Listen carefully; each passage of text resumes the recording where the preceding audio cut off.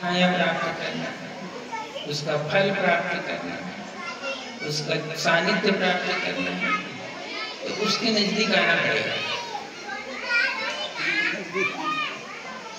वृक्ष यहाँ है, तुम वहां का छाया कहाँ से मिलेगी? उसकी जो क्षमता है, उस क्षमता के नजदीक आओगे तो तुमको छाया मिलेगी। वृक्ष को दूर से देखते हैं, न उसका फल मिलने वाला है, न उसकी छाया मिलने वाली है। ये तो नियम है ना। वृक्ष जो है वो अपनी अवस्था में कितनी दूर छाया दे सकते हैं, उतना दूर यदि आप आ जाओगे तो वृक्ष की छाया मिल जाएगी। और यदि फल प्राप्त कर लोगे, फल तोड़ लोगे तो फल मिल जाएगा। तो भक्ति भी तो ऐसा ही है, जब तक तुम उसकी छत्र छाया में नहीं आओगे, भक्ति कैसे तुम्हें फल देगा? दूर से देखने से तो भक्ति फल नहीं देती। भक्ति फल देती है उसके समीप आने से। तो ये जो सद्गुरु की जो विधि है वो आनंद आरती विधान सद्गुरु की विधि है, क्योंकि इसमें सत्पुरुष की उपासना शिष्य अपनी सुरति से करता है। इस पूजा में सत्पुरुष की उपासना शिष्य अपनी सुरति से करता है और उसकी उपस्थिति शब्द करता है। मध्य सिंहासन सत्पुरुष विराज।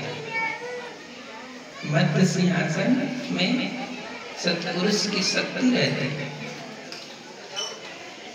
तो मध्य सिंहासन में जो सत्पुरुष की शक्ति है वो तुम्हारी सुरति में बसेगी, तब तुम्हारे अंदर जितने भी साधन हैं वो एक तरफ आएगा। नहीं तो वो तो साधन बटा हुआ, बटी हुई शक्ति और बटा हुआ साधन कभी भी तृप्त नहीं कर सकता, तो मैं आनंदित नहीं कर सकता। वो बटी हुई साधना अच्छी नहीं, संगठित साधना अच्छी। तो सद्गुरु का ये आदेश था रामदास साहब को कि सत्पुरुष की भक्ति। उन्होंने कहा आरती अजर लोक मरना सो आरती हम तुमको पूरी। धर्मदास अजर लोक में जो आरती हंसों ने जिस आरती का दर्शन किया था, उसका सूक्ष्म जो रूप है मैं इस लोक में तुम्हें दिया, मैं इस लोक में तुम्हें दिया। तो उसके दो रूप हैं, एक स्थूल है और सूक्ष्म है। स्थूल रूप और सूक्ष्म रूप का बोध हंस को प्राप्त होता है। जो अमर मुकाम, सद्गुरु के अमर मुकाम में, सत्पुरुष के अमर मुकाम में जीव हंस रूप में रहता है। जीव किस रूप में? हंस रूप में रहता है। तो हंस रूप में जो अमर मुकाम है, वहां रहने वाले मुक्त जो जीव है वो सत्पुरुष की उसी स्वरूप में रहते हैं, उसका दर्शन दीदार उसको प्राप्त।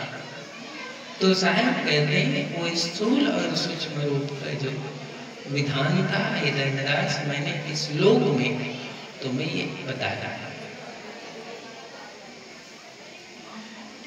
तो इस लोक में जो रचना की सद्गुरु ने सत्पुरुष की भक्ति की, उस भक्ति के आश्रय से जब वो जीव जुड़ता है तो उसकी इसकी छाया भी मिलती है, इसका फल भी मिलता है, इसकी सुगंध मिलती है और इसका सब कुछ भी।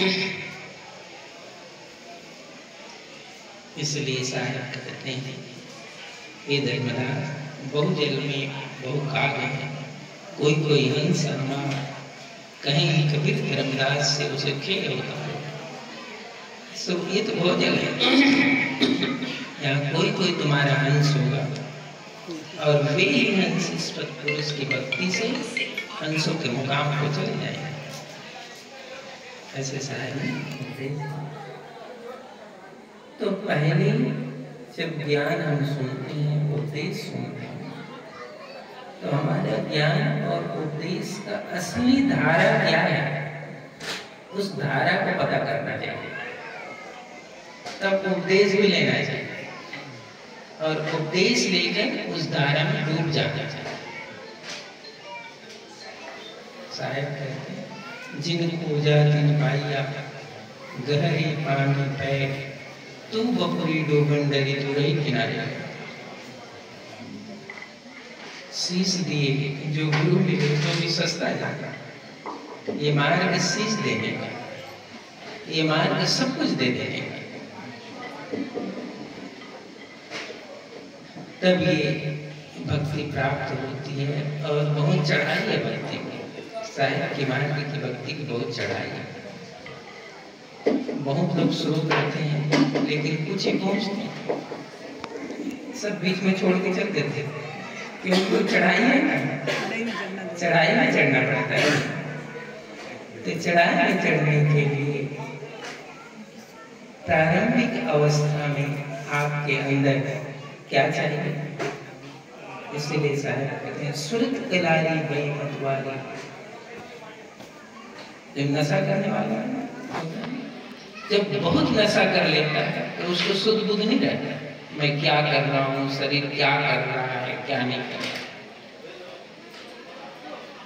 वो सब भान भूल जाता है, उसको कोई होश नहीं रहता। ये भक्ति की भी यात्रा ऐसी होती है, जब तुमको उसका रस लगता है, उसका बोध होता है, तो देखकर तुम्हें हो जाए। साहेब आपको देखते देखते तो मैं आप ही हो गया,